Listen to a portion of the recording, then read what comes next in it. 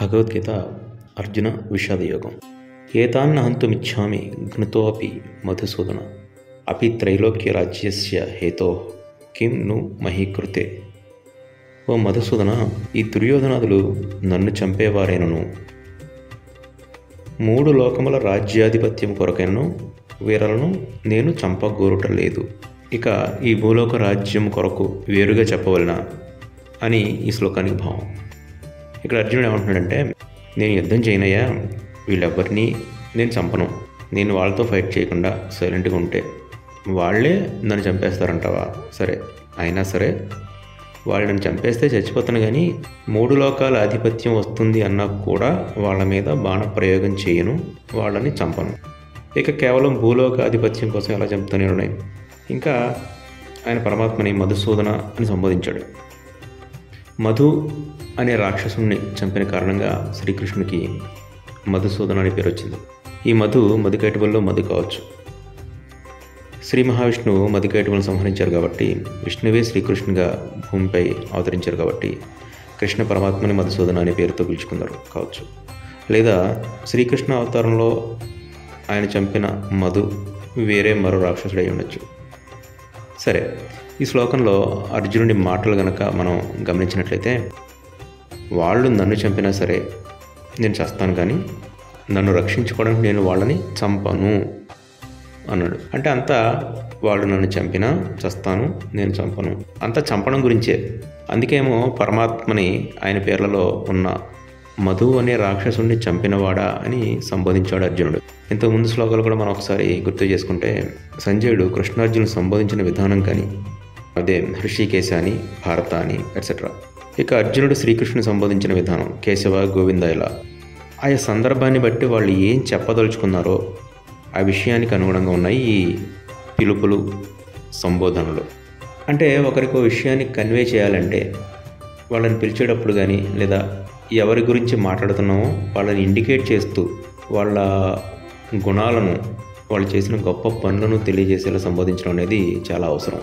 మహాభారతం లాంటి గొప్ప రచన ద్వారా మనం అర్థం చేసుకోవాల్సిన విషయాల్లో ఒకటి ఆ పర్టికులర్ విషయాన్ని తగ్గట్టుగా పాత్రలు ఒకరినొకరు సంబోధించడం. అండ్ ఈ శ్లోకాల్లో కానీ చూసినట్లయితే, వాళ్ళు నన్ను చంపినా నేను మాత్రం చంపను, ఇలా చంపడం గురించిన విషయం కాబట్టి పరమాత్మ నామాల్లో మధు అనే రాక్షసుని చంపినవాడా అనే పేరుతో మధుసూదన అని సంబోధించడం జరిగింది. ఇక్కడ మరింత ముఖ్యమైన విషయం ఒకటి ఏంటంటే, ప్రస్తుత రోజుల్లో మనందరం కూడా ఎవరు ఎవరిని వారి వారి పూర్తి పేర్లతో పిలుచుకోవట్లేదు. కొన్ని పేర్లు అయితే పర్వాలేదు, కానీ ఈ మధుసూదన్ అనే ఈ పేరు గల వ్యక్తులని మాత్రం మధు అని సగం పేరుతో పిలిస్తే, మధు అనే రాక్షసుని చంపిన శ్రీకృష్ణ అనే భగవంతుని పేరుతో పిలవకుండా శ్రీకృష్ణుని చేతిలో చచ్చిన ఓ మధు అనే రాక్షసుడి పేరుతో పిలవడం అయిపోతుంది. కాబట్టి పేర్ల అర్థాలు తెలుసుకుని పిలవటం మంచిది. నిహత్యా ధార్తరాష్ట్రాన్న కా ప్రీతి స్యార్జనార్దన పాపమేవాశ్రయేదస్మాన్ హత్యై తాన్ ఆతతాయినః. ఓ జనార్దన, ధార్తరాష్ట్రులను అంటే దుర్యోధనుడు మొదలైన ధృతరాష్ట్ర పుత్రులను చంపడం వల్ల మనకేమీ సంతోషం కలుగుతుందయా?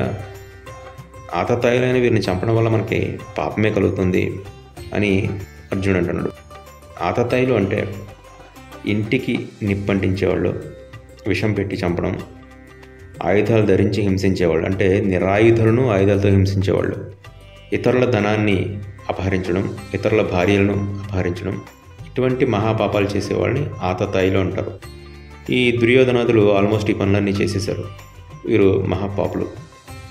సాధారణంగా ఇలాంటి నేరాలు, ఘోరాలు చేసేవాళ్ళని చంపడం వల్ల పాపం రాదు, కానీ స ఏవ పాపిష్ఠతమో యః కుర్యాత్ కులనాశనం అని స్మృతి వాక్యం. అంటే తన కులమును నశింపచేయవాడు అందరికంటే గొప్ప పాపి అని అర్థం. ఇక్కడ కులము అంటే వంశము, తెగ, ఇల్లు, ఊరు అని కులానికి అర్థం. ఉదాహరణకి రామదాసు గారు ఇక్ష్వాకు కుల తిలక ఇకనైనా పలుకువే రామచంద్ర అనే కీర్తన ఉంది. అంటే ఇక్ష్వాకు వంశంలోని వాడ, రఘుకుల తిలక అంటే రఘువంశంలో పుట్టిన గొప్పవాడ అని. అలాగే శ్రీకృష్ణుని గురించి చెప్పేటప్పుడు కూడా యదువంశం, యదుకులం ఇలా అంటాం. నందుని ఎంట పెరిగాడు కాబట్టి నందకులం అని, నందకుల తిలక, ఇలా కృష్ణుని గురించి మాట్లాడేటప్పుడు వాడతారు. ఇక్కడ అర్జునుడి బాధ ఏంటంటే, మొత్తం భరత వంశం అంతా యుద్ధంలో నశించిపోతుంది అని. అలా తన వంశ నాశనానికి తానే కారకుడైతే తాను మహాపాపం చేసిన వాడిని అవుతాను. కనుక ఓ జనార్దన, అంటే జనులందరి చేత అర్థించబడేవాడా, నేను వీళ్ళని చంపి కులం నాశనం చేసి మహాపాపిని కాకుండా కాపాడమని నిన్ను అర్థిస్తున్నాను అనే ఉద్దేశంతో జనార్దనాన్ని సంబోధించాడు అర్జునుడు. తస్మాన్నర్హ వయం హంతు ధార్తరాష్ట్రాన్ స్వబాంధవాన్ స్వజనం హి కథం హత్వా సుఖినః శ్యామ మాధవ. ఓ మాధవ, మన బంధువులైన ఈ ధార్తరాష్ట్రులను చంపడం మనకు తగదు. సొంత మనుషులను చంపి సుఖంగా ఎలా ఉంటామయ్యా అంటున్నాడు అర్జునుడు. ఎంతోముందు వరకు నేను చంపను, నేను చంపలేను, చంపి నేను పాపిని కాలేను, ఇలా నేను నేను నేను అన్నాడు. ఇప్పుడు ఈ శ్లోకంలో మన బంధువులను చంపడం మనకు తగదు, మన వాళ్ళని చంపి మనం సుఖంగా ఎలా ఉంటాము అంటూ మనం అంటూ కృష్ణ పరమాత్మను కూడా కలిపేశాడు ఇక్కడ అర్జునుడు. ఊరికే కాదు, మాధవాన్ని సంబోధించాడు కదా. మాధవుడు అంటే ఎవరు? లక్ష్మీపతి, విష్ణువు.